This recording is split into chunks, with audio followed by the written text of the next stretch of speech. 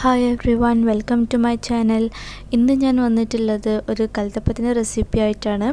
ഒട്ടുമിക്ക ആൾക്കാർക്കും കൽത്തപ്പം ഉണ്ടാക്കാൻ അറിയാം, എന്നാലും ഇതിൽ കുറച്ച് ടിപ്സ് എല്ലാം പറയുന്നുണ്ട്. സോ ഈ വീഡിയോ അവസാനം വരെ കാണുക, സബ്സ്ക്രൈബ് ചെയ്യുക, തൊട്ടടുത്തുള്ള ബെൽ ഐക്കണും എനേബിൾ ചെയ്യുക. സോ ഞാനിടുന്ന ഫ്യൂച്ചർ വീഡിയോസ് നിങ്ങൾക്ക് നോട്ടിഫിക്കേഷനായി ഫോണിൽ വരുന്നതാണ്.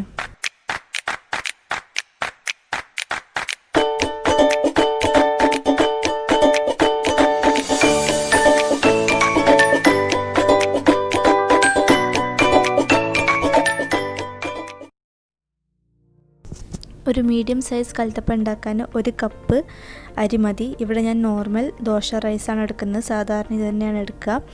ഇത് ഓവർനത്തിൽ സോക്ക് ചെയ്തിട്ട് വെക്കണം.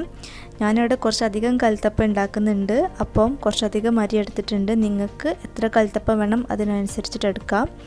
പിന്നെ കുക്ക്ഡ് റൈസ് വേണം, കുറച്ച് തേങ്ങ ചിരവിയത് വേണം.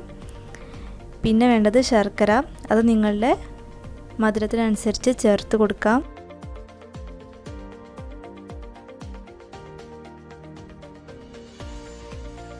ഇത് അരി അരച്ചെടുത്തതാണ്. കുറച്ച് തേങ്ങയും 2 ടേബിൾ സ്പൂൺ വേവിച്ച ചോറും 3 ഏലക്കയും കൂടി എടുത്തിട്ട് അരച്ചതാണ്, നന്നായിട്ട് അരച്ചതാണ്. ഈ ഒരു കൺസിസ്റ്റൻസിയിലാണ് കിട്ടേണ്ടത്. കുറച്ച് ഉപ്പും കൂടി ചേർത്ത് കൊടുക്കാം. 1 കപ്പ് അരി 1 കൽത്തപ്പത്തിനുള്ളതാണ്. ഇവിടെ ഞാൻ കുറച്ച് അധികം എടുത്തതാണ്. ഇനി കുറച്ച് തേങ്ങാ കൊത്തുകൾ വേണം, ഇതുപോലെ ചെറുതായിട്ട് അരിഞ്ഞ് വെക്കുക. 1 കൽത്തപ്പത്തിന് കുറച്ച് മതി, അത് നിങ്ങളുടെ ടേസ്റ്റിനനുസരിച്ചാണ്. നിങ്ങൾക്ക് കൂടുതൽ കടിക്കണമെന്നുണ്ടെങ്കിൽ കൂടുതൽ ചേർക്കാം. പിന്നെ ചെറിയ ഉള്ളി വേണം, ചെറിയ പീസസ് ആക്കി മുറിക്കണം. 1 കൽത്തപ്പത്തിന് ഒരു 3 ചെറിയ ഉള്ളി മതിയാവും. കുറച്ച് ഓയിൽ ഒഴിച്ച് ഇത് ഗോൾഡൻ ബ്രൗൺ കളർ ആവുന്ന വരെ ഒന്ന് മിക്സ് ചെയ്തിട്ട് എടുക്കണം. വെളിച്ചെണ്ണ ഒഴിക്കരുത്, വെളിച്ചെണ്ണ ഒഴിച്ച് കഴിഞ്ഞാൽ വേറൊരു ടേസ്റ്റ് ആയിരിക്കും. ഈ കൽത്തപ്പത്തിലേക്ക് കുറച്ച് വേവിച്ച റൈസും കൂടെ ചേർക്കുമ്പോൾ നല്ലൊരു ടേസ്റ്റുമാണ്, നല്ല സോഫ്റ്റുമായിട്ട് കൽത്തപ്പം കിട്ടും. ഇതുവരെ കൽത്തപ്പം ഉണ്ടാക്കിയിട്ട് തീരെ സോഫ്റ്റ് ഇല്ല എന്നുള്ളൊരു പരാതി ഉണ്ടെന്നുണ്ടെങ്കിൽ കുറച്ച് വേവിച്ച ചോറ് ഇട്ട് കൊടുത്താൽ നിങ്ങൾക്കതിൻ്റെ മാറ്റം മനസ്സിലാവും. ഇനി ഇതിലേക്ക് കുറച്ച് ജീരകം കൂടി ഇട്ടിട്ട് നന്നായിട്ടൊന്ന് മിക്സ് ചെയ്തിട്ട് എടുക്കണം.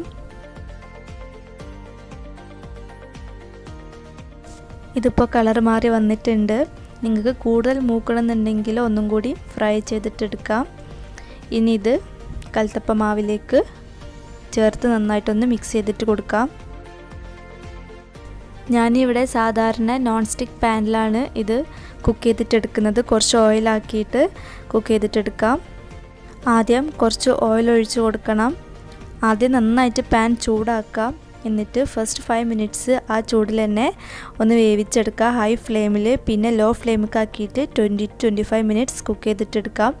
ഒരു തട്ട് വെച്ചിട്ട് അതിന് മേലെ വെക്കുന്നതായിരിക്കും കൂടുതൽ നല്ലത്, അപ്പോൾ അടി കരിഞ്ഞ് കിട്ടില്ല.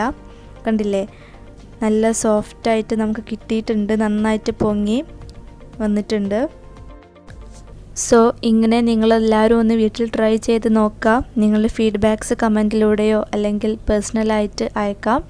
ഞാൻ എൻ്റെ ഇൻസ്റ്റഗ്രാം ID ഡിസ്ക്രിപ്ഷൻ ബോക്സിൽ കൊടുത്തിട്ടുണ്ട്.